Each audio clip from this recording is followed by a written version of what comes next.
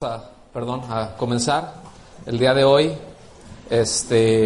con el tema número 4. ¿Sí se escucha bien ahí atrás? ¿Sí escuchan o no? Okay. Es el tema número 4 de esta serie que se llama La verdad del Evangelio de la Gracia, y que es un estudio que estamos haciendo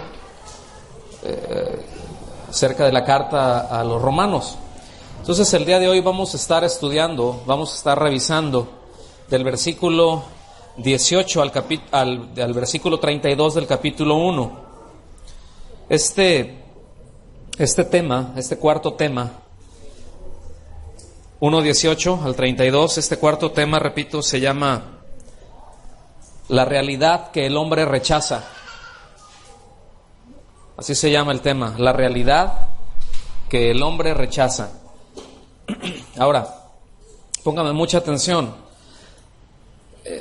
¿Cuál es ese tema, verdad? Que el hombre rehúye a tratar vez tras vez, ¿verdad? Y yo creo que a nadie nos gusta que algo o que alguien nos señale nuestra condición, sobre todo cuando nuestra condición no es la más óptima, ¿verdad? Porque ¿a cuántos les gusta que le digan, ay, mira qué bonita te ves? ¡Qué bien te quedó esto! Hombre, te ves excelente, ¿verdad? ¿Y a cuántos les gusta que, por ejemplo, así a la hora que te dicen, en lugar de decirte, hola, buenos días, o muy bien, hola, ¿qué tal? Buenos días, oye, ¿traes una lagañota ahí? ¿A cuántos les...? Bueno, pero eso viene a ser una realidad. Ahora, yo sé que ese es un ejemplo muy bobo, pero el hecho es el tema que siempre, o en su generalidad, el hombre, esa realidad que el hombre rechaza, a la que continuamente rehúye, es precisamente a la culpabilidad del hombre ante el único Dios verdadero. Esa es la realidad a la que el hombre sistemáticamente rechaza, ¿verdad? Es decir, sistemáticamente rechaza el hecho de que tendrá que enfrentarse al Dios justo, al Dios santo como juez. Porque escuchen bien, miren, cuando alguien es culpable, generalmente, ¿qué es lo que trata de hacer? Vamos, yo sé que esto ocurre en muchas naciones, pero aquí, sobre todo en este estado, tristemente lo tengo que decir, es una vergüenza aquí en este estado que el nivel de corrupción es superior a la media nacional. O sea, lo que está en México así, en este estado la corrupción en los tribunales está acá, está por encima. Entonces, ¿qué ocurre cuando uno tiene culpa y se va a enfrentar a un juez que sabe que puede corromper? No le preocupa tanto porque sabe que es corrupto, sabe que lo puede comprar de alguna manera, puede obtener algún beneficio, puede alargar el proceso. Hay muchas cosas que se hacen, ¿sí? Pero ¿qué cuando uno sabe que es absolutamente culpable y se va a enfrentar a un juez absolutamente justo? Que no hay manera de corromperlo, que no hay manera de evadirlo. Entonces, repito, este no es un asunto nuevo. Vemos los esfuerzos del hombre por moralizar su culpa ante el Dios Santo, ya sea fabricando sus propios dioses, ¿verdad? Esto es idolatría. Fíjense, el asunto en la idolatría es que una persona puede ser religiosa, pero sabe que ese ídolo no le va a demandar ningún cambio en su vida. Nada más le demanda que cumpla ciertos ritos. Y ya con eso la otra persona ya cubre en su conciencia, como que ya lo hizo moral. Fíjense, vemos alrededor, por ejemplo, en las épocas de carnavales. ¿Qué pasa en un carnaval? Es todo el desenfreno. Ahora, esa fiesta de carnaval, ¿qué es? ¿No es una fiesta religiosa? ¿No es precisamente en honor a un ídolo? ¿Y qué es lo que pasa? Bueno, van a su culto religioso, salen y viene todo el desenfreno, pero ya su conciencia ya está. No sé si me estoy dando a entender. Ese es el asunto con la idolatría. Ahora, muchas veces, escuchen bien, uno puede decir, sí, es que allá la iglesia de Roma. No vamos tan lejos. Aquí adentro de la iglesia evangélica, también se tienen sus ídolos. A veces un ídolo puede ser cualquier cosa.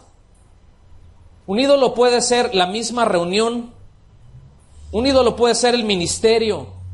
Un ídolo puede ser una persona, ¿verdad? No necesariamente un artista. Pero puede ser cualquier cosa de donde obtiene una satisfacción que solamente puede provenir de Dios.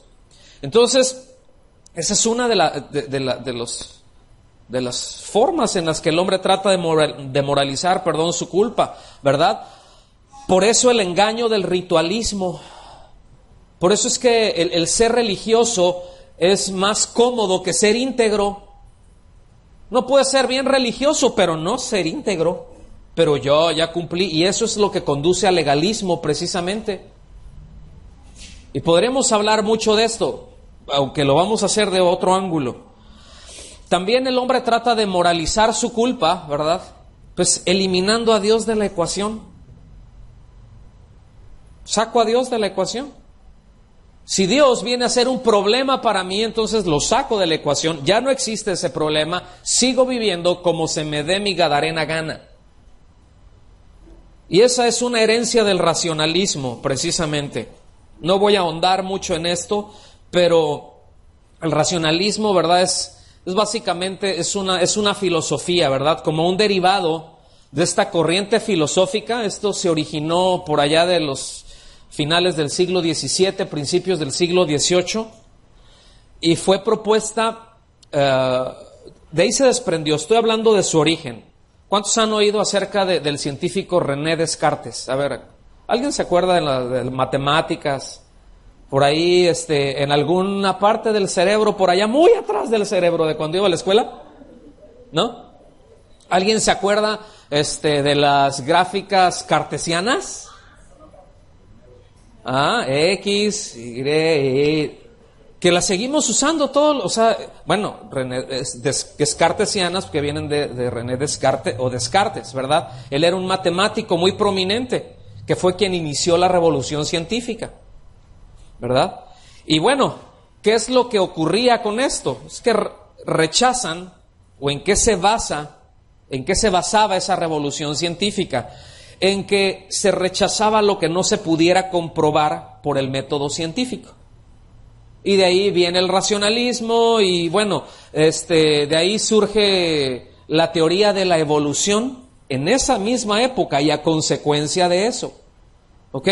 De ahí surge la teoría de la evolución, ¿verdad? De ahí surgen los primeros trabajos de los padres de la psicología. O sea, la psicología como tal, que no es una ciencia, ¿ok? Porque todo eso es, la psicología y todo este asunto es almático, pero ahí surge y todo este trabajo que se empiezan a hacer, hubo un hombre que se llamó Francis Galton, y él era primo de Charles Darwin, precisamente, ¿verdad? Y él fue el que fundó, el que hizo el primer laboratorio, no es una grosería lo que voy a decir, antropométrico, es decir, todo lo que tiene que ver con las medidas del hombre. Y él empezó a estudiar las medidas del hombre. ¿Cuál es el hombre perfecto? ¿Cuáles deben de ser las medidas del hombre perfecto? ¿Cuáles deben de ser las medidas de la mujer perfecta? Y empezó a hacer los trabajos, todo este asunto de estudios de la mente del hombre, también para ver y estudiar, analizar al hombre. Y él fue el creador precisamente de la ciencia que ahorita se conoce como eugenesia. ¿Alguien sabe lo que es la eugenesia? ¿No? Bueno, básicamente la eugenesia consiste en la limpieza racial, que uno puede a partir de los hombres ir depurando y depurando y depurando hasta ser una raza de hombres muy pura. Y esto, sabemos que esto se fue desarrollado en Europa. ¿Alguien tiene le cruza alguna idea por la cabeza de alguien que le dio con todo a la eugenesia?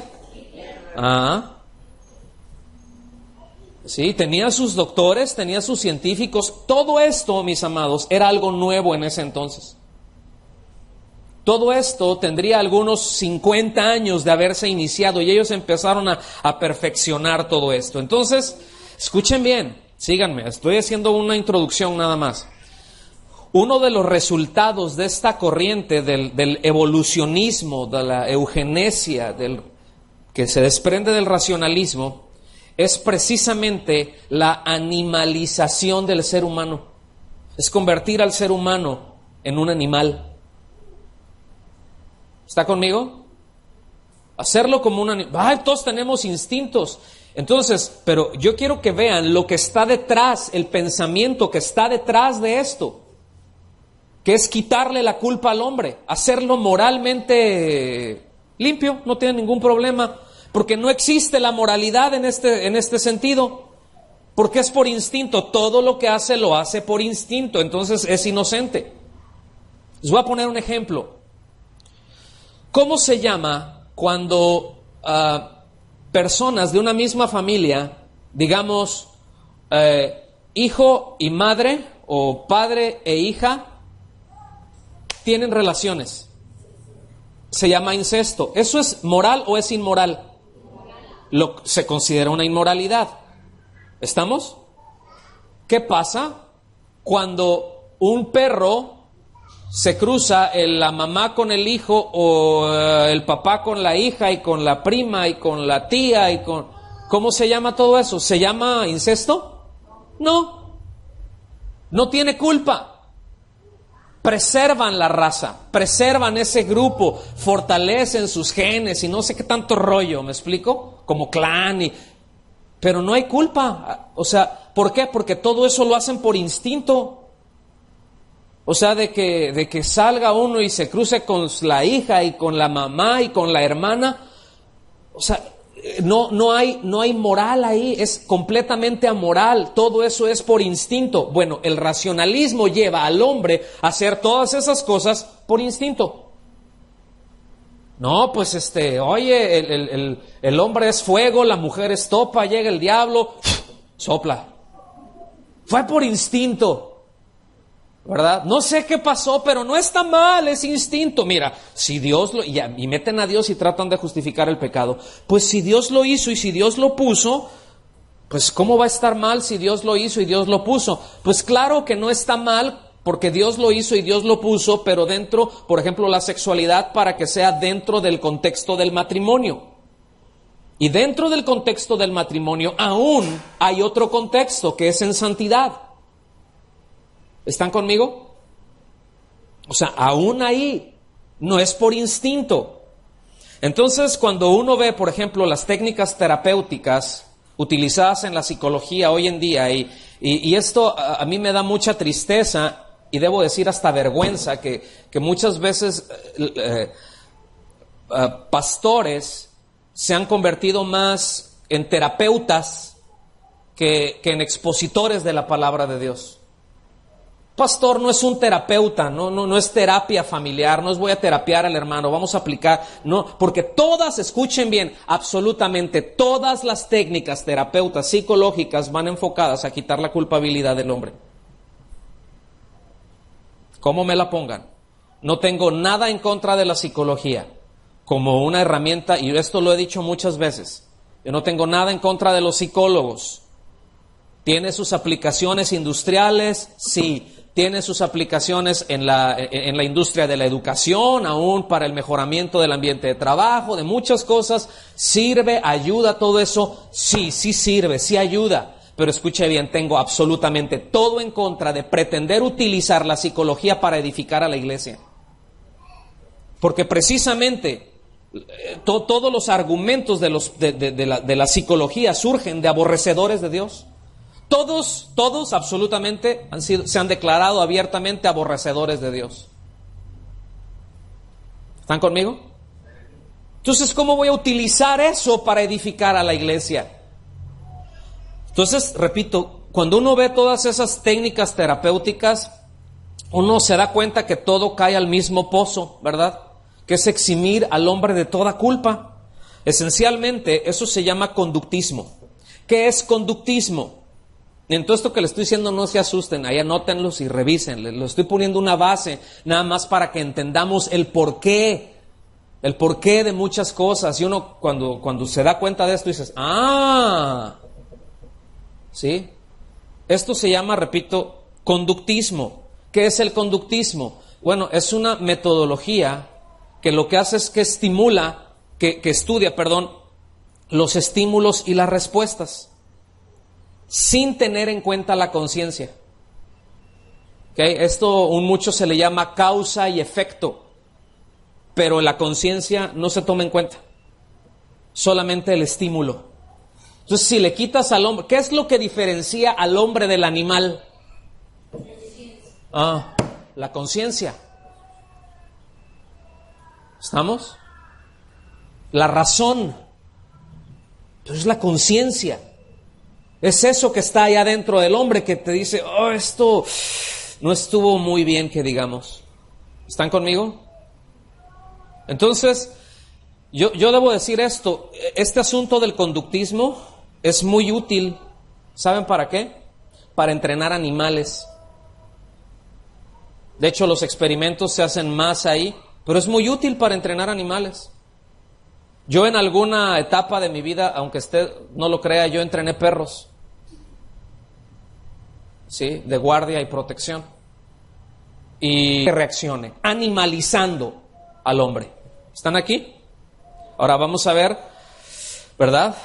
Un poquito más a profundidad, porque entonces nos damos cuenta que a lo que Dios llama pecado, por ejemplo, ¿cómo lo llama al hombre ahorita? ¿Cómo le dicen a alguien que es un drogadicto, que es un borracho, que es un apostador, ¿verdad? Que es borracho, ¿cómo? Parrandero y jugador. ¿Cómo les llaman a esos? Enfermos. Sí, que dices que se le bota la canica, bien feo. Bueno, para los que nos escuchan en otro lado, que se le bote la canica, es del griego enloquece. ¿Ah?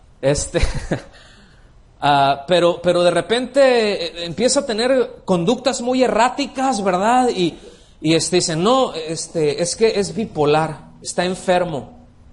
No, es que, y unos dicen, no, es que yo tengo pues mi enfermedad. ¿Y cuál es tu enfermedad? No, pues es que yo aborrezco la droga, ¿verdad? No la puedo ver porque me la acabo, tengo que acabar con ella, ¿verdad? No sé si me explico, pero todo eso se le llama enfermedad y lo que el Señor dice es pecado. Porque, bueno, el pecado hace responsable al hombre, la enfermedad no. Entonces, esa mentira la ha comprado el mundo porque es más conveniente, porque le permite rechazar su realidad. Es mejor, es más tranquilizante decir, estoy enfermo, ¿sí? Voy a ir a un grupo de apoyo porque golpeo a mi esposa o a mi esposo. Sí las hay, ¿a poco no? Hay unas bien bravas. Hay unas bien bravas. Y entonces, no tengo que ir a un grupo de apoyo porque estoy enfermo de esto. No estás enfermo. Eres irascible. Estás fuera de control, pero eso es pecado. Eso la Biblia le llama pecado. Dios le llama pecado.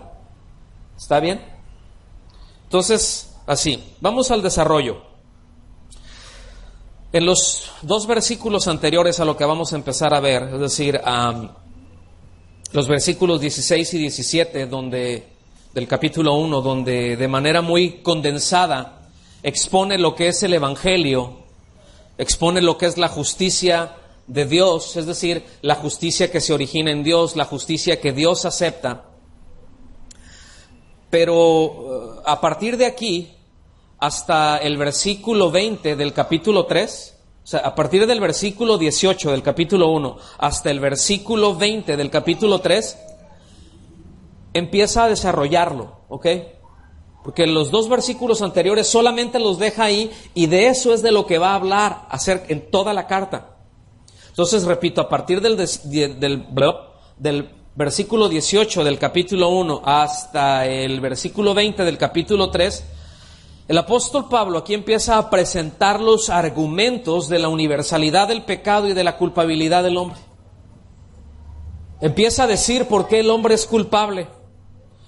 De los versículos 18 al 32 del capítulo 1, por ejemplo, presenta los cargos que Dios hace contra la idolatría, contra el ateo y contra el inmoral. Así como que el primer grupo, ¿no? Y es aquí en donde nos vamos a centrar hoy. Después del capítulo 2, del versículo 1 hasta el capítulo 3 del versículo 8, habla de cómo el religioso pretende justificarse mediante ritos, es un moralista. Y después del versículo 9 hasta el versículo 20 del capítulo 3, ya habla acerca de la universalidad del pecado. Es decir, de una demostración de que todos los hombres merecen por igual el juicio de Dios. Que todos los hombres son culpables. Entonces, los siguientes temas, los siguientes 3 o 4 temas a partir de hoy, pues de esto vamos a estar hablando, porque esto es clave, esto es muy importante que lo entendamos. ¿Ya están aquí? Muy bien. Versículo 18, cuando llegue ahí, que ya esté listo, dígame amén o gloria a Dios o ya estoy aquí.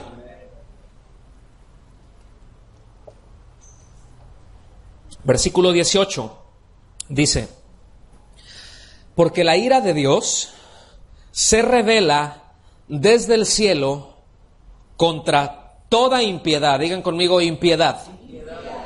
Impiedad. Fíjense, ¿qué es lo que se revela desde el cielo? No, ¿qué es lo que se revela desde el cielo? ¿Qué es lo que se muestra desde el cielo? La ira de Dios. Ustedes se recordarán qué es lo que hace el Evangelio. El Evangelio es poder de Dios para salvación a todo aquel que cree, al judío primeramente y también al griego, ¿verdad? Dice que en el Evangelio la justicia de Dios se revela por fe y para fe, como está escrito, mas el justo por la fe vivirá. Es decir, el Evangelio muestra que Dios es justo. Entonces, para mostrar la justicia, tienes que mostrar la culpa. No sé si me estoy dando a entender. Si quieres mostrar a alguien inocente, también tienes que mostrar que no es culpable. Si se presenta un cargo contra alguien, yo acuso a Pietro de esto, yo tengo que probar que él es culpable de eso que le acuso.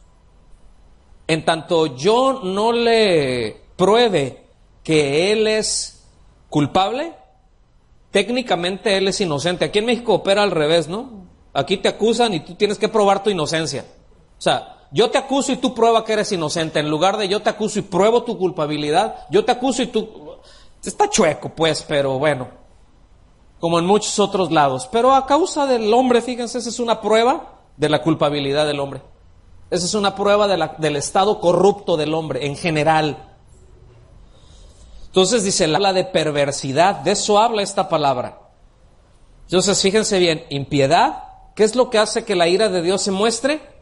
La impiedad del hombre. Cómo el hombre rechaza la voluntad de Dios por cuanto no le teme, cómo la actitud del hombre es contrario a la voluntad de Dios por naturaleza, eso ya lo traemos naturalito. Dice, contra toda impiedad, y dice, injusticia. Otra vez, esta es otra palabra yuxtapuesta. ¿Verdad? Sin, y bueno, justicia es dikaios. En este caso la palabra es adikia, injusticia. ¿Qué es lo que quiere decir injusticia? Injusticia habla de falta de rectitud.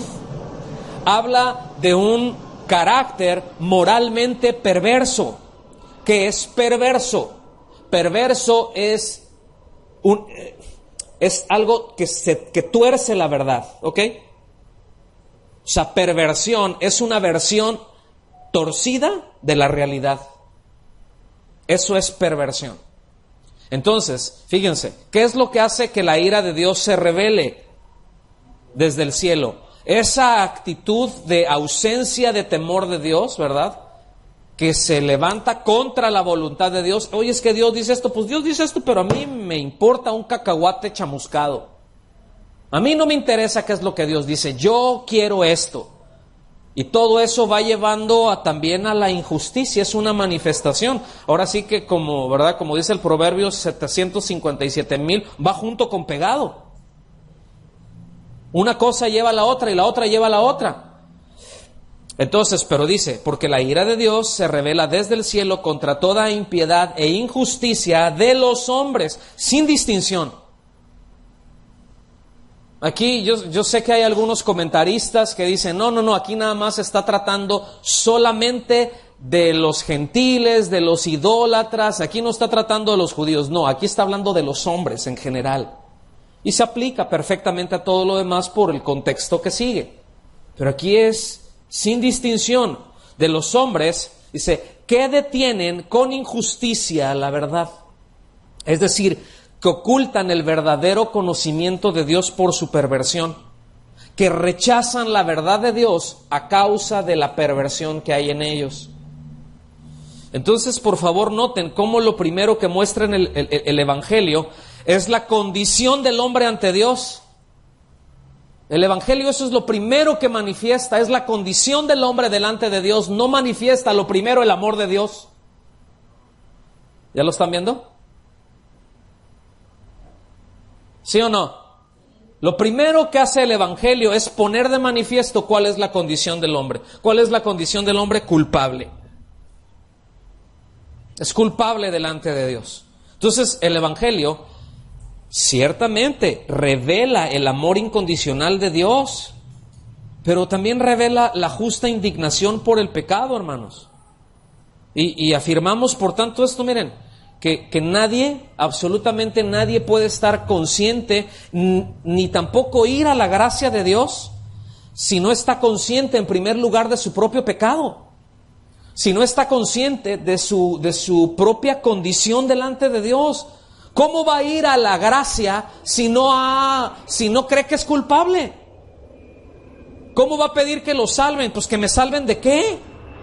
Si yo no he hecho nada, todos lo hacen. ¿Qué tiene de malo? Y tantas preguntas tontas que el hombre hace o que hacemos para tratar de justificarnos, para tratar de moralizar toda nuestra culpa. ¿Están aquí conmigo?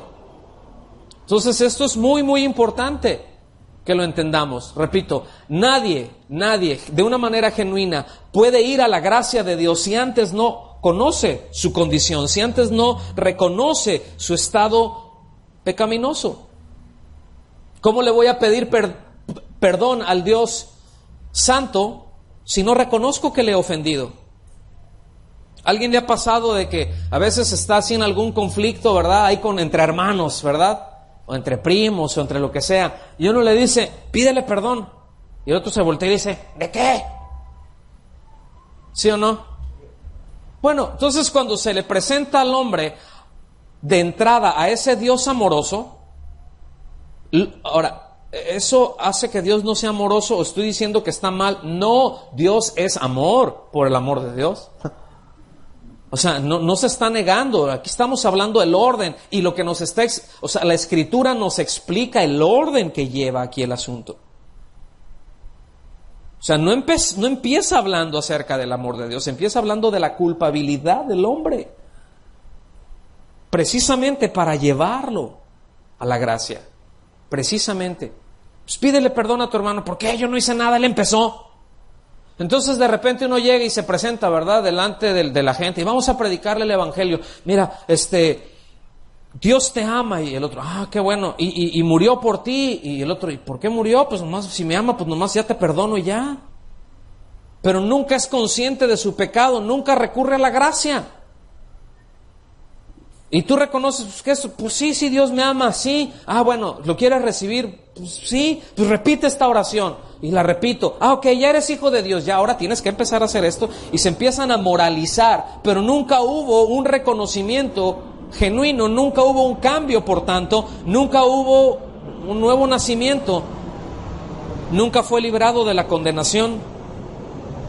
Y lo peor es que piensa que es creyente, piensa que es hijo de Dios, cuando es 2 veces hijo del diablo.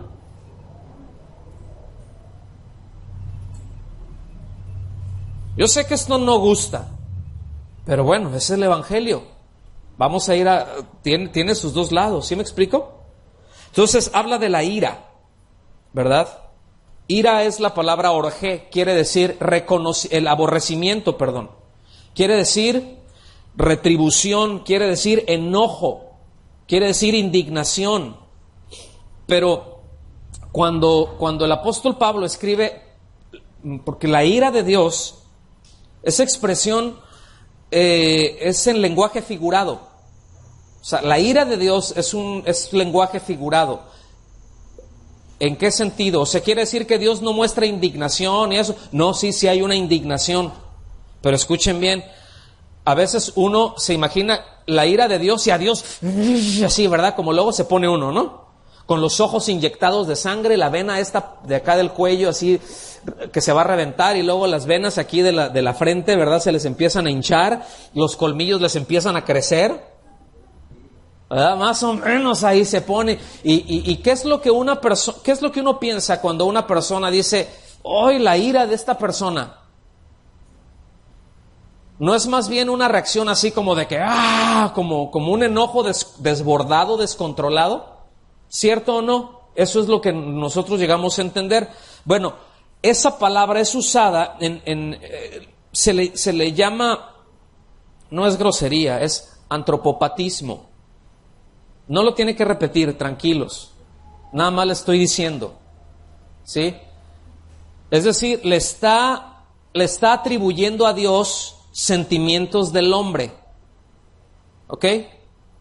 O sea, solamente le está atribuyendo a Dios sentimientos del hombre. Es como cuando habla acerca de la mano de Dios. ¿Ok? O el rostro de Dios. Eso se llama antropomorfismo. ¿Ok? Que se le está atribuyendo a Dios las cualidades físicas de un hombre. Pero todos sabemos que es un lenguaje figurado, solamente nos deja ver la condición de Dios. No sé si me estoy dando a entender, ¿sí o no? Porque la verdad es que Él no está sujeto a esos cambios como nosotros. Él no está sujeto a esos cambios. Ahorita estoy contento y al ratito haces esto y me enojo con eso. No, escuchen bien, Él está permanentemente indignado contra el pecado. No es de que ahorita estoy bien relax y no, ahora sí ya me cayó gordo ya está pecando mucho, ¿no? Él está permanentemente indignado contra el pecado. No hay ningún cambio. Él es inmutable. Él es amor permanentemente, constantemente, es inmutable. ¿Están aquí? Entonces, hemos comentado, ¿verdad?, que a la gente no le molesta hablar del Dios de amor. No le molesta hablar del Dios de misericordia. No le molesta hablar del Dios que bendice. Tú puedes hablar con el que sea acerca de eso. Hasta con un budista puedes hacerlo. Puedes hablar acerca del Dios de amor, de misericordia, con alguien que practique el Islam. Con el que sea puedes hablar y te va a escuchar y van a intercambiar ideas y van a terminar dándose de besos, ¿verdad?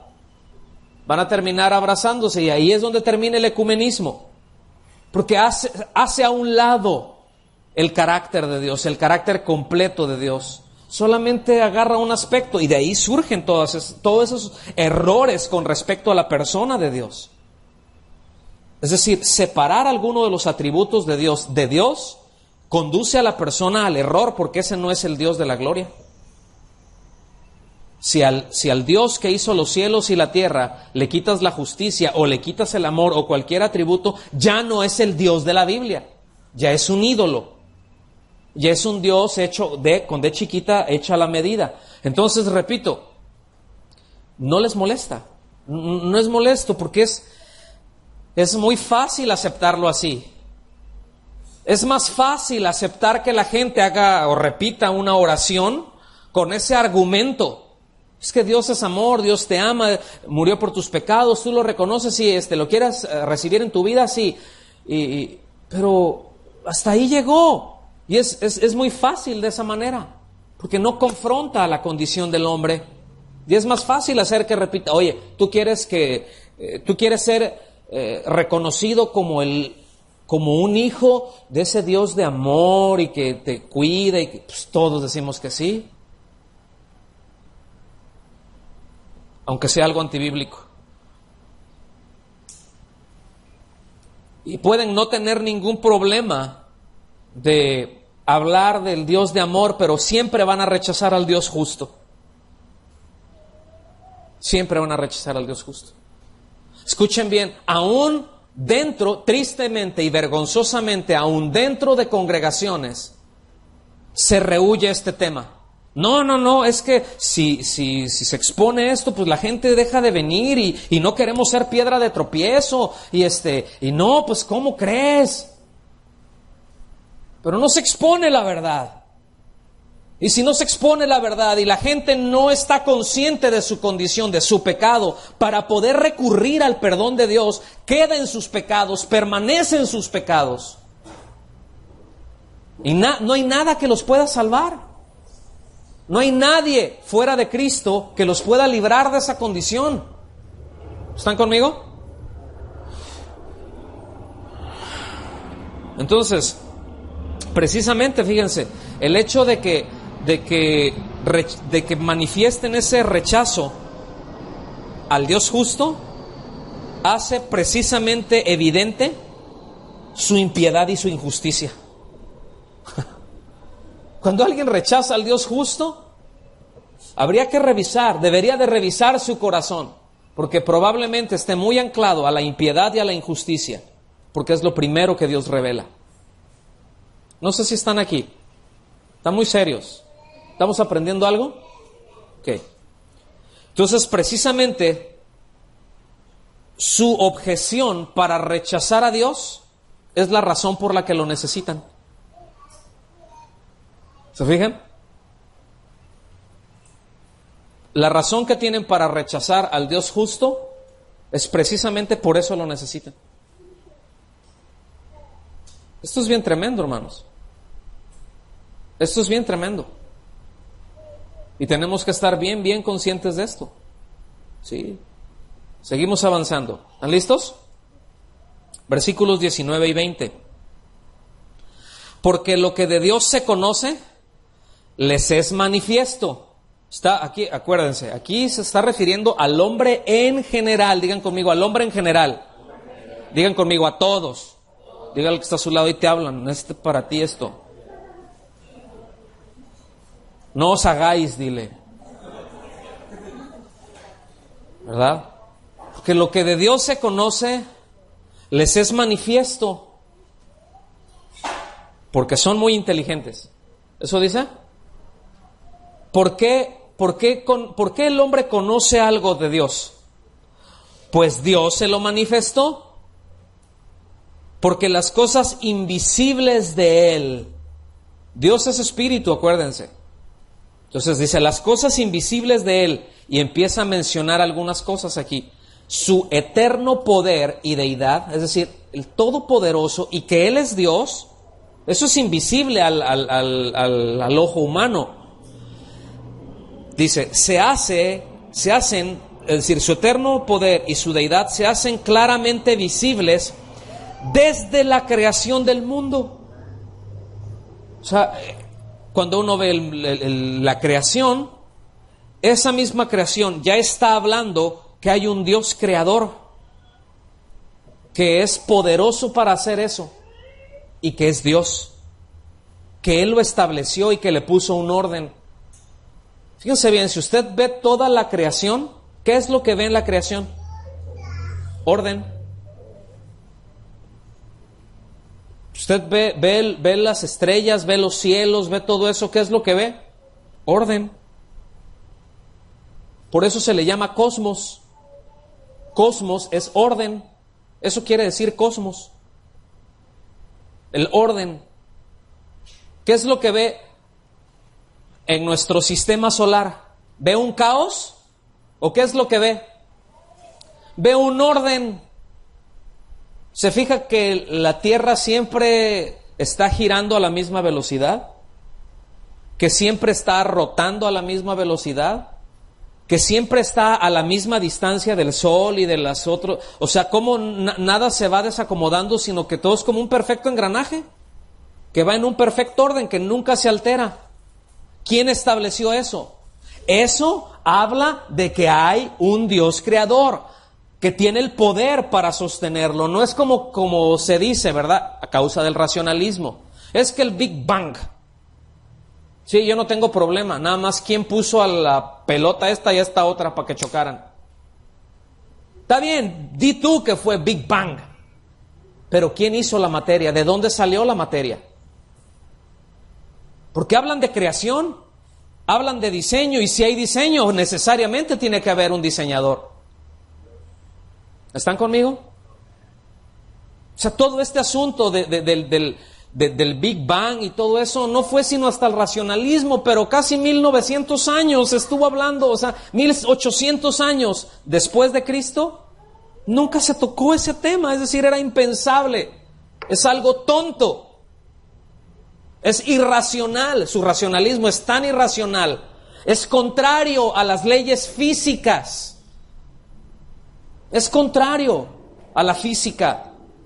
No es que pasó una, ¿verdad? Venía un meteorito de quién sabe qué dimensiones, se cruzó el alto por quién sabe dónde y ¡zas! Que le pega a la tierra y ahí la ha mantenido rotando, ¿verdad? Y girando. Pero entonces, si alguien le aplicó esa fuerza, tuvo que haber tenido una fuerza mayor en un principio e ir disminuyendo conforme. ¿Están conmigo? Eso es la física. Es decir, siempre tiene la misma fuerza ejerciendo sobre ella. No fue algo de que pum, llegó y ya. O sea, algo pasó, vino un... ¿Cuándo? A ver... Es que me desespera, ahora sí que voy a decir como Kiko, ¿verdad? Me desespera. ¿Cuándo en la vida, miren, ahorita está lloviendo poquito. Para en otros lugares del planeta que llueva es muy normal, aquí no, estamos en el desierto. Y entre que llueve y entre que muchos traen en sus carros las llantas que parecen donas, ¿cierto? Nosotros de su casa aquí, es decir, son 6 kilómetros de entre, estamos muy, pues es que Quito está cerquita. ¿Ah? O sea, pero de su casa aquí, en ese recorrido, nos tocó ver 2 choques que acaban de pasar. Pregunta, ahí les va, la pregunta del millón. ¿Cuándo han visto ustedes que cuando hay un choque se produce orden? A ver, racionalistas, que alguien me explique. ¿Están conmigo? O sea, ¿de dónde un choque produce orden? ¿Qué es lo que produce un choque? Un caos, un cochinero. Se rompe, eso sí, ¿verdad? Si chocó, le cae lodo, tierra al carro, ¿verdad? Que tenía de ahí, pero de hace 5 años que llovió. ¡Pah! Se le caen las plastas, no sé, ¿verdad? No produce eso no produce orden. Entonces se hace claramente visible, fíjense, versículo 20. Dice, siendo entendidas, es decir, su poder y su deidad se entiende por medio de las cosas hechas, dice, de modo que no tienen excusa. Y aquí está hablando de una revelación general para todo hombre. No está hablando del conocimiento de Dios para salvación. En primera instancia está hablando del conocimiento que el hombre tiene de manera instintiva de Dios. Y ese conocimiento general de Dios lo lleva precisamente a la revelación particular de que necesita a un Salvador, y que ese Salvador es Jesucristo. En Job, vaya conmigo rapidísimo, en Job, capítulo 12, de los versículos 7 al 10, dice de la siguiente manera. A ver, vaya rápido porque me interesa que vea su Biblia y que anote y que tenga todo esto ahí al dedillo. Es un mensaje, no es corto, así que, pero lo bueno es de que el clima está bien rico y tenemos como 3 horas, ¿está bien? Gracias.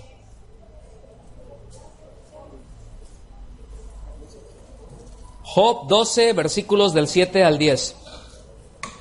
Fíjense, aquí está hablando Dios. ¿Están listos? Porque Job se empezó a poner así como que no entiendo, ¿verdad? Entonces el Señor le empieza a explicar acerca de él y dice, y en efecto, fíjense, en efecto, pregunta ahora a las bestias y ellas te enseñarán. Órale. a las aves de los cielos y ellas te lo mostrarán. O habla a la tierra y ella te enseñará. Los peces del mar te lo declararán también. Versículo 9. ¿Qué cosa de todas estas no entiende que la mano de Jehová las hizo? En su mano está el alma de todo viviente y el hálito de todo el género humano. Aquí hay una separación en cuanto a la creación, ¿sí? Y el ser humano. Pero está diciendo, ¿te crees muy sabroso? ¿Te crees muy inteligente? ¿Cómo que qué Dios creador? ¿Cuál? ¿Te imaginas ahí como que quieres ir y le hablas a tu perrito, ¿verdad? Firulais, ven para acá. ¿Quién te hizo? Pues obviamente no lo vas a hacer, pero lo que está diciendo, está trayendo eso a la mente, ¿sí? Porque escuchen bien, aún los animalitos tienen esa conciencia. En su ley de vida está inscrito. ¿Cuántos de ustedes han visto algún pájaro preocupado porque el dólar subió o porque la bolsa de valores en Grecia cayó? O porque exoneraron a Raúl Salinas de Gortari y dijeron que es inocente y ya le están regresando todos sus bienes.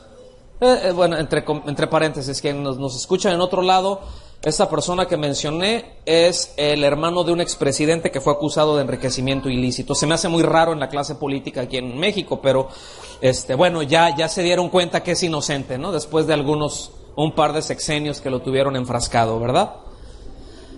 Entonces, pero ya. Entonces, ¿cuándo han visto algún animalito preocupado por eso? Porque saben instintivamente, ¿sí? Su vida de pájaro lo lleva a instintivamente hacer todo lo que hace. ¿Y cómo saben los pájaros, verdad? Que están allá en los gansos o no sé, un montón de pájaros, ¿no? Que están allá por Canadá, que empieza a ponerse feo el clima y cuando les dicen, no, mira, vete a la Florida, vete a Los Cabos, vete, porque aquí nos llegan, aquí en el estero, bueno, ya llegan menos, pero llegan aves del norte y llegan, tienen sus polluelos, ¿verdad? O la mariposa monarca. ¿Qué recorrido se avienta? ¿Quién le dijo? ¿Quién le enseñó? ¿Sí? Ahí sacan su GPS, ¿verdad? Y no, vámonos por acá. No sé si me estoy dando a entender con eso, pero instintivamente, obviamente, pues no le está diciendo vete pregúntale, o sea, aún le está diciendo, aún la creación instintivamente sabe esto. ¿Cuánto más el hombre que tiene conciencia? Porque, repito, hace diferencia el hálito de todo el género humano. Lo que Dios puso en el hombre. Imagínense todo lo que Dios le metió al hombre cuando sopló en él. Salmo 19, verso 1, en la Nueva Traducción Viviente se lee de la siguiente manera: los cielos proclaman la gloria de Dios y el firmamento despliega la destreza de sus manos. Fíjense, los cielos proclaman la gloria de Dios y el firmamento despliega la destreza de sus manos. Hace muchos años leí un libro que le preguntaron a un grupo fíjense, en este libro decía que dentro de los grupos de científicos, o sea, pues estudiaron que entre los que más creyentes hay son los astrónomos, no astrólogos, esos son brujildos, ¿no? No, astrónomos. Pues son puros científicos, son físicos, matemáticos, químicos. O sea, astronomía es ciencia exacta, son ciencias exactas, ¿ok?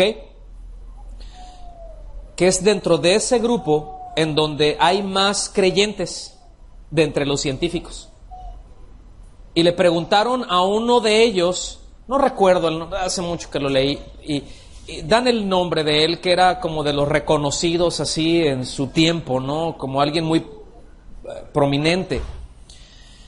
Y le dijeron, le preguntaron, ¿tú qué ves cuando ves el cielo? ¿Verdad? Cuando ves las estrellas, ¿tú qué ves en todo esto? Y él dice, yo vi el pensamiento más grande, veo el pensamiento más grande del matemático más grande. O sea, no puede haber alguien tan preciso y que tenga tanto despliegue de inteligencia como el que hizo eso. Eso no lo convierte en cristiano. No sé si me doy a entender, pero reconoce que hay un Dios. Y eso es lo que estamos hablando, eso es a lo que me refiero como el conocimiento general. Entonces vemos que los cielos, por ejemplo, la creación misma, es un permanente evangelista que le recuerda al hombre que tiene un creador, que es digno de recibir toda la gloria por todas las magníficas obras que ha hecho. En primer lugar, por las magníficas obras que ha hecho. Y son magníficas porque el creador es magnífico, ¿verdad? Son sorprendentes porque se desprende de quién es, porque Él es sorprendente. Las obras de Dios son asombrosas. ¿Por qué? Porque Dios es asombroso. Su creación es ordenada y es perfecta. Así lo fue. El hombre se ha encargado de darle para el otro lado, ¿verdad? Al lado contrario. Pero es asombrosa. Es perfecta. ¿Por qué? Porque Él es perfecto. Cuando el Señor hizo su creación, dice que acabó. Es decir, ya no hay más que hacer. Todo está en donde tiene que estar. No hace falta ponerle más, no hace falta quitarle esto, no hace falta hacer absolutamente ninguna otra cosa. ¿Están conmigo? O sea, no hace falta hacer absolutamente nada más, ya está todo hecho de una manera perfecta. ¿Qué es lo que refleja eso? A un creador perfecto. Entonces, así podríamos continuar, ¿verdad? Solo basta para detenernos un poquito y observar la creación y darnos cuenta del Dios que la hizo. Seguimos moviéndonos, versículos 21 al 22. Aquí me voy a detener otros pedacitos. Dice, pues habiendo conocido a Dios, refiriéndose al hombre, habiendo conocido a Dios, se trata de esa revelación general que acabamos de mencionar. En su conciencia, el hombre reconociendo a ese Dios creador. Fíjense bien, ¿qué es lo primero que hizo el hombre? No le glorificaron como a Dios. Es decir, no le dieron el lugar que le corresponde a Dios. No lo honraron como Dios. Número 1. Número 2, ni le dieron gracias. Es decir, en primer lugar tenían que reconocer a Dios. Tú lo hiciste, gracias Señor. Y por ahí empieza el asunto del hombre. El reconocimiento, y ese reconocimiento lo lleva a una revelación y a un entendimiento y a una comunión más íntima con Dios. Pero vean lo horrible de la ingratitud. Todo lo que manifiesta la ingratitud es una falta de reconocimiento de un bien recibido. ¿Sí queda claro eso? ¿Sí o no? Porque no está reconociendo a la persona de quien lo recibe. Asume que esa persona que le dio, que le hizo este bien, tiene la obligación de hacerlo, ¿verdad? Que quienes reciben por el otro lado ese bien, tiene el derecho de recibirlo. Entonces uno tiene la obligación, tú tienes la obligación de dármelo, yo tengo el derecho de recibirlo. Y bueno, el asunto es de cómo el hombre se pone a sí mismo siempre como el centro, y eso no es nuevo, hermanos. Eso es parte precisamente de la perversidad del hombre, de asumirse a sí mismo como Dios a causa del orgullo. ¿Se dan cuenta? ¿Qué es lo que hace el hombre? ¿Qué es lo que hizo aquí? No le glorificó como a Dios, no le dio gracias. Es como los hijos ingratos,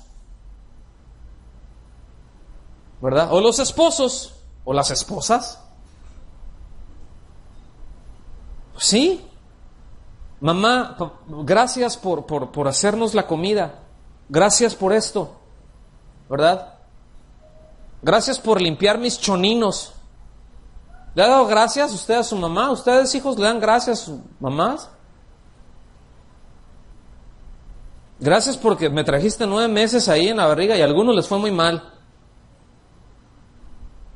Y después, híjole, las que pasaste cuando yo nací, en verdad, gracias.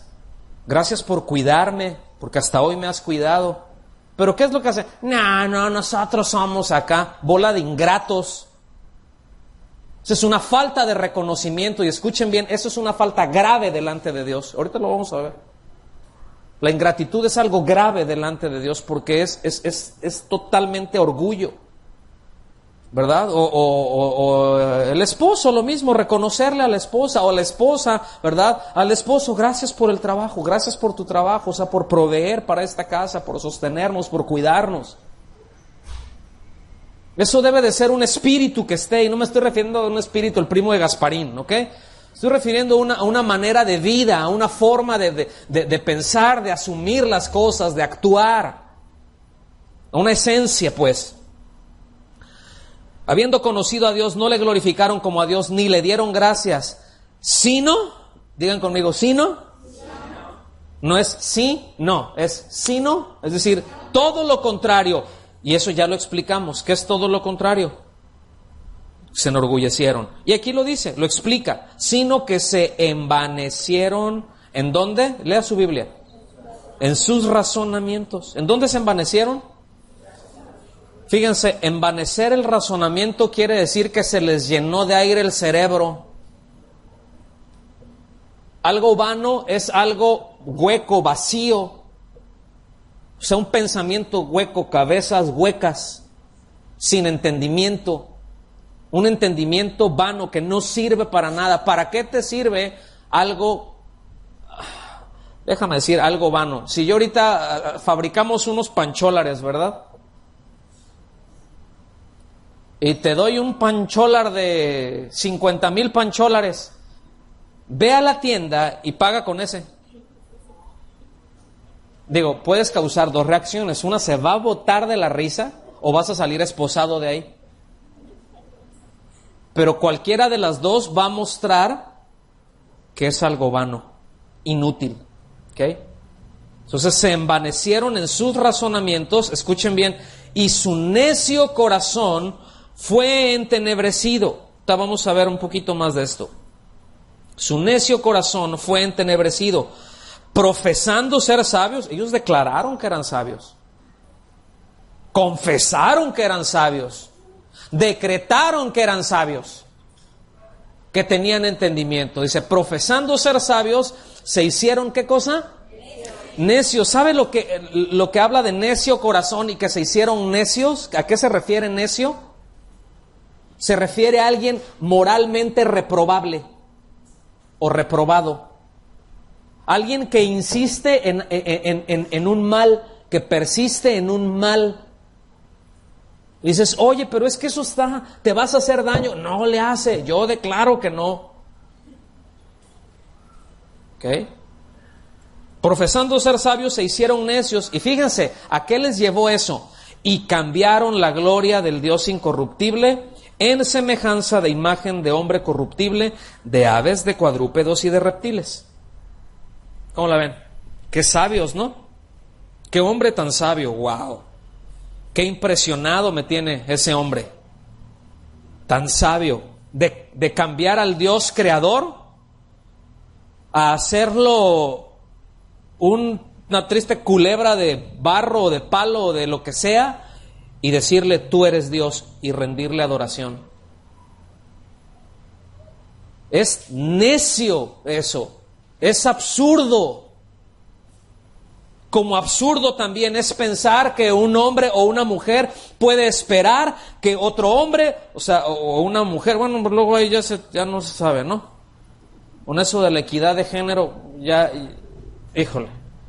Pero esperar de otra persona que sea la que le satisfaga y que, nada más cuando me case con fulanito o con fulanita, todo va a ser perfecto. Hasta crees. Permítanme, te aviento una trompetilla. Que no es así. Nuestra plenitud solamente viene de Dios. Y hemos comentado, si el Dios creador, si no encontramos satisfacción en el Dios creador, ¿en qué otra cosa la podemos encontrar? Si el Dios de la gloria no porque no nos satisfaga, es porque somos necios, pero déjeme decirlo de esta manera, si el Dios de la gloria no nos satisface, ¿qué en la vida? ¿Qué Judas nos hace pensar que otra cosa nos va a satisfacer? ¿Están conmigo? Cambiaron la gloria del Dios incorruptible. ¿Qué necedad tan grande es concluir en que toda la creación, que la vida es producto de la casualidad? ¿No lo creen? ¿Qué necedad? Que es producto de un accidente. ¿Cómo se jacta el hombre de sabio y de entendido, verdad? Y dice la tontería más grande, la irracionalidad más asombrosa, que de la nada surgió algo y que de la materia inanimada surge la vida. ¿Saben cómo se llama eso? ¿Alguien acuérdese acá de biología? Vamos, saque de los libros de acá. ¿Nadie se acuerda cómo se llama eso de la materia inanimada? Es más, les voy a dar una clave. Acuérdense que hicieron un experimento, que pusieron un pedazo de carne en un frasco, cerraron y de repente ya ¡ay, la carne, mira, produjo vida! ¿Qué fue lo que produjo? Moscas. ¿Saben cómo se llamó a todo esto que les estoy mencionando? Generación espontánea, que la vida surge de la nada. Pero no es de que la carne podrida produce moscas, es de que una mosca llega, vienta los huevecillos, caen ahí, de ahí se salen, porque de ahí se alimentan, de la porquería. ¿Lo ven? Pero es bien inteligente el hombre, ¿verdad? En 1870 salieron con esa brillante idea, la generación espontánea. ¿Cómo lo ven? Ahora, lo que nadie aclara es quién hizo o quién puso la materia inanimada. Big Bang, ajá, ¿y quién puso los bangs? ¿Quién puso lo que iba a ser Bang Bang? ¿Lo ven? ¿Sí o no? Versículos 24 al 32. ¿Cómo vamos de tiempo? Versículos 24 al 32. Vamos a la recta final. Miren, a partir de aquí, hasta aquí están las acusaciones de que el hombre es culpable, porque cambia la verdad de Dios por la mentira. Oye, Dios es santo, Dios es justo. No, yo no necesito. ¿Qué es eso? O sea, te hago mentiroso, Dios. Si Dios dice que el hombre necesita un Salvador y el hombre dice, no, yo no necesito, yo no soy tan malo. ¿Qué es lo que hace? Cambia la verdad de Dios, es decir, lo que Dios establece por la mentira. No se le puede llamar eso inteligencia. Eso es necedad. Porque la verdad de Dios hace que el hombre exhibe al hombre como culpable. Así de sencillo. Entonces rechazo la verdad de Dios y ya no me siento tan mal. Puedo hacer lo que quiera. Dios no existe. Ese es el punto del racionalismo. Pues sí, está todo esto. ¿Y quién puso, verdad? Entonces, ¿quién puso esto y quién puso, aquello? ¿Y quién hizo esto y quién hizo aquello? Entonces llega el hombre, ¿verdad? Y dice, a ver. Hay una persona aquí involucrada que me está haciendo mosca en esta ecuación. Si reconozco que hay un Dios creador, entonces tengo que sujetarme a Él y a lo que Él establece. Porque si no me sujeto a Él y a lo que Él establece, entonces yo entro en una rebeldía contra Él. O sea, hasta ahí les estaba funcionando el cerebro. Entro en una rebeldía contra Él. Entonces, ya sé, Dios no existe. Porque si entro en rebeldía con Él, quiere decir que tarde o temprano me voy a tener que enfrentar a Él. Y si Él hizo todas las cosas, yo no tengo posibilidades de salir ganador. Ahora que anduvimos allá en el país del norte, compartiendo, se acercó una hermana al final y dijo, dice, pues dando gracias a Dios, ¿no? Es que el mensaje y cómo la palabra de Dios, cómo me ha animado, dice, recién convertida. Y dice, toda mi vida luché contra Dios. Se veía que era una señora mayor, guapa, ¿verdad? Pero de esas de las de armas tomar, ¿no? Y dice, toda mi vida, dice, he luchado contra Dios. Dice, yo siempre he sabido que nunca le iba a ganar, pero le hacía mi lucha, dice. Hasta que me venció. Me di cuenta, ya de plano dije, ya, ahí estuvo. Qué inteligencia, ¿no? Muy bien, entonces, repito, a partir de aquí, de estos versículos 24 al 32, empieza a describir las consecuencias de lo anterior. O sea, el hombre es culpable, hizo esto y esto y esto y esto. Ok, ahora presenta las evidencias palpables, lo que se ve. Trae un montón de evidencias de cómo es el hombre, que manifiestan su culpabilidad. Es decir, primero presenta los argumentos y ahora presenta las pruebas. Ahí les va. Esto habla de una fotografía de la perversión en el corazón del hombre sin Cristo, ¿verdad?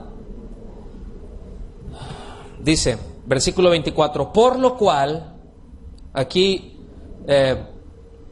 por no darle el lugar que le corresponde a Dios, es decir, no le glorificaron como a Dios ni le dieron gracias, sino que cambiaron la verdad de Dios por la mentira, ¿está bien?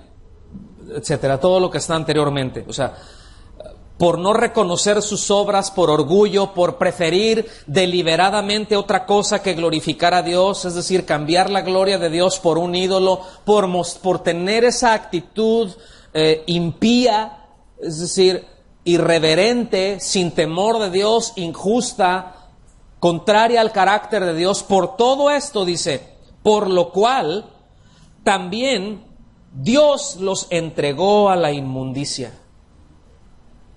Ok, o sea, Dios siendo paciente, pero dice, está bien, tú persistes en eso, ok, te entrego a la inmundicia. ¿Qué es inmundicia? Miren, a partir de aquí hay una lista de linduras que describe. No voy a describirlas todas, ok. Pero inmundicia está hablando de algo sucio, está hablando de algo asqueroso, está hablando de algo que causa repulsión. ¿A qué los entregó Dios? A cosas repulsivas. Ese Dios los entregó, es equivalente a un Dios los abandonó. O sea, te estoy insistiendo, te estoy hablando, aquí está esto. No, yo, no. Ok, bye, te entrego a eso. Es decir, quito mi influencia ya de ti y esa es la conclusión a lo que el hombre, o donde el hombre cae cuando rechaza a Dios. Dice, en las concupiscencias de sus corazones. Concupiscencia está hablando de un deseo malsano de satisfacer sus propios deseos. En las concupiscencias de sus corazones. Fíjense a dónde llevó esto. De modo que deshonraron entre sí sus propios cuerpos. ¿Qué hicieron? Deshonraron sus propios cuerpos. Dice, ya que cambiaron la verdad de Dios por la mentira, honrando y dando culto a las criaturas antes que al Creador, el cual es bendito por los siglos. Fíjense, cambiaron la verdad de Dios, ¿por qué cosa? O sea, yo no quiero la verdad de Dios, yo quiero la mentira. No, yo no voy a honrar al Creador, voy a honrar a las criaturas.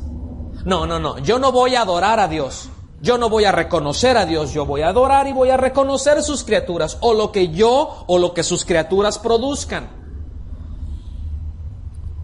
Versículo 26, por haber hecho esto, Dios los entregó, otra vez, Dios los entregó, los abandonó, los dejó a pasiones vergonzosas. Pues aún sus mujeres cambiaron el uso natural por el que es contra naturaleza, o sea, lesbianismo. Y del mismo modo, también los hombres, dejando el uso natural de la mujer, se encendieron en sus lascivias unos con otros, cometiendo hechos vergonzosos hombres con hombres, es decir, homosexualismo, y recibiendo en sí mismos la retribución debida a su extravío.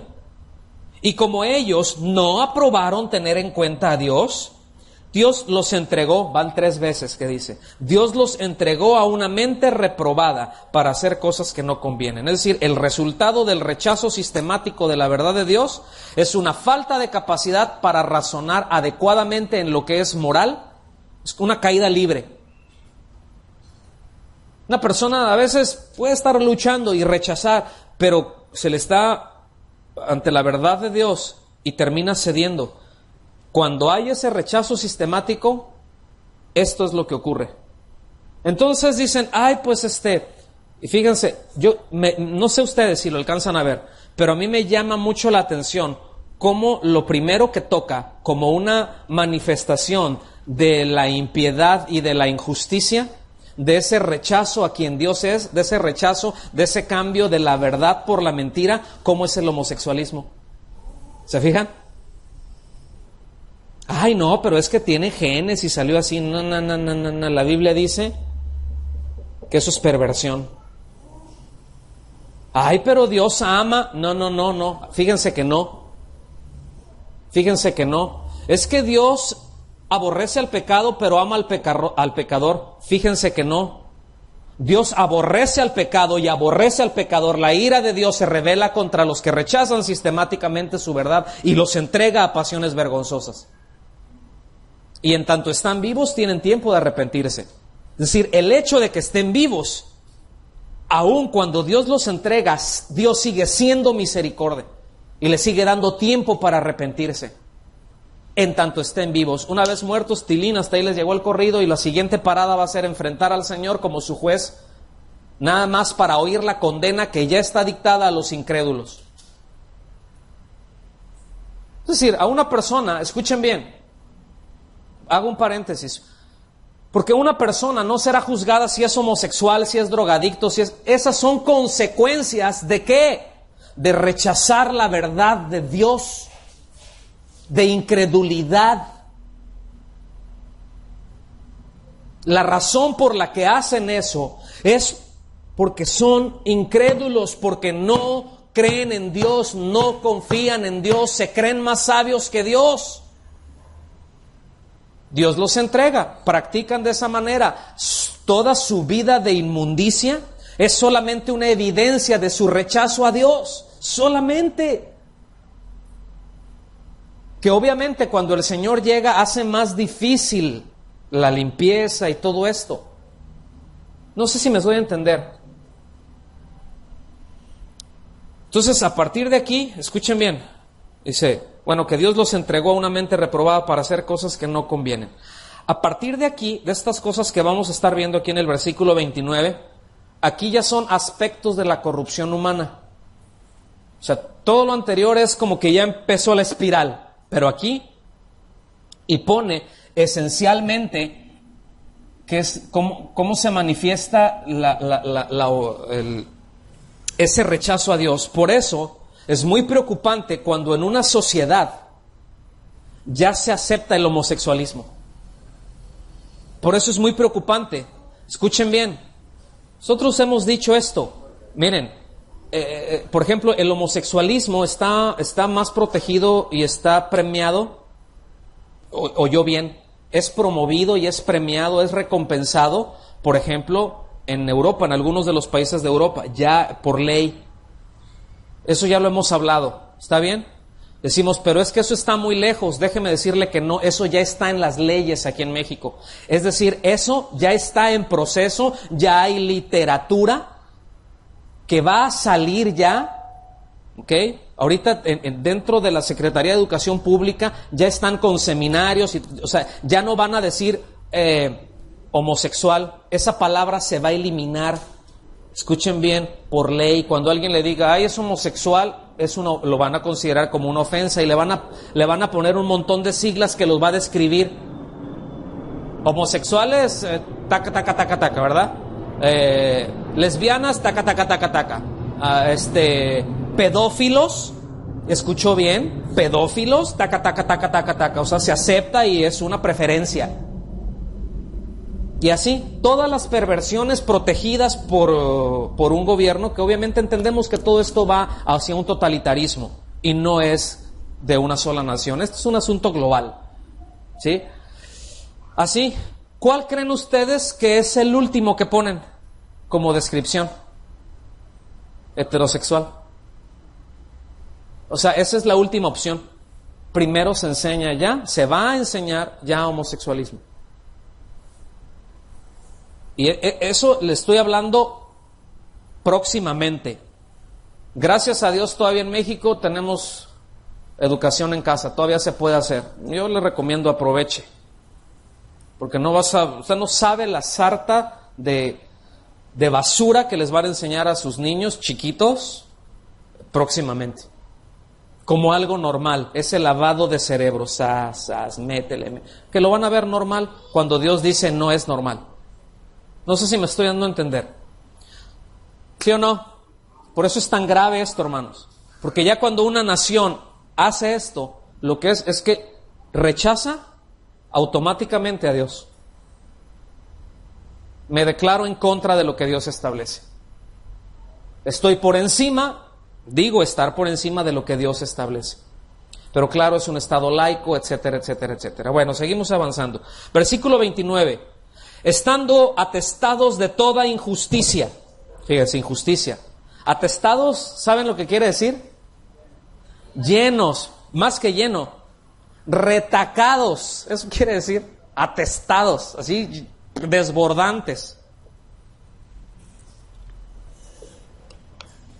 Desbordantes de toda injusticia, fornicación, perversidad. Aquí se incluyen todas esas filias, ¿ok? Perversidad, avaricia. No tengo que describirlas, ¿ok? Avaricia es desear lo que no es mío, que no me corresponde, y es un deseo malsano. Maldad, llenos de envidia, homicidios, contiendas, engaños y malignidades. La lista no acaba ahí. Sigue, versículo 30. Murmuradores, detractores. Estos detractores no son agricultores que andan en tractores, no. Detractores quiere decir que hablan mal de otros, calumniándolos. Alguien que calumnia. ¿Ok? Aborrecedores de Dios. Ahí está.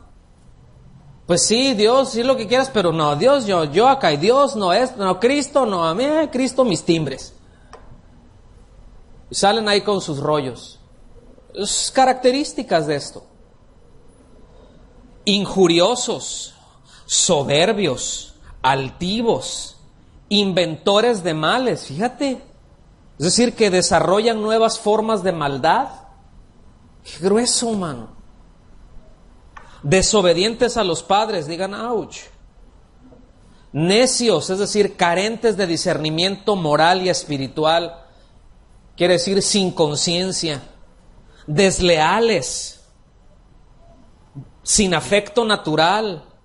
Implacables, esto quiere decir irreconciliables o no perdonadores. Sin misericordia. ¿Qué tal? Qué mal plan, ¿verdad? Esto es como el hombre manifiesta. Porque, escuchen bien, alguien puede decir, bueno, no, yo sí soy obediente a los padres, sí, pero ¿qué tal la injuria? ¿O qué tal la necedad? ¿Qué tal murmurador? En alguno nos vamos a acomodar, en alguna se va a acomodar el hombre. Buenas tardes. Versículo 32, Quienes habiendo entendido el juicio de Dios, digan conmigo, entender el juicio de Dios. Quienes habiendo entendido el juicio de Dios, que los que practican tales cosas son dignos de muerte. Fíjense, ¿cómo es el que practica esto? El que vive en esto es digno de muerte. ¿Qué es lo que dice la palabra? Porque la paga del pecado es digno de muerte. No solo las hacen, sino que también se complacen con los que las practican. Esta expresión de que sino también se complacen con los que la practican, dice, no solamente la hacen ellos, sino que llevan a otros a hacer lo mismo que ellos. O sea, es doble ahí el asunto. No solamente dices, ay no, pues allá tú, si tú lo quieres hacer, no, yo te enseño a ti a hacer eso. Entonces, mis amados, ¿no hace todo esto evidente la necesidad que tiene el hombre de un Salvador? que lo libre de una condenación segura, porque ahí está, segura. ¿No tiene el hombre necesidad de eso? ¿De un Salvador?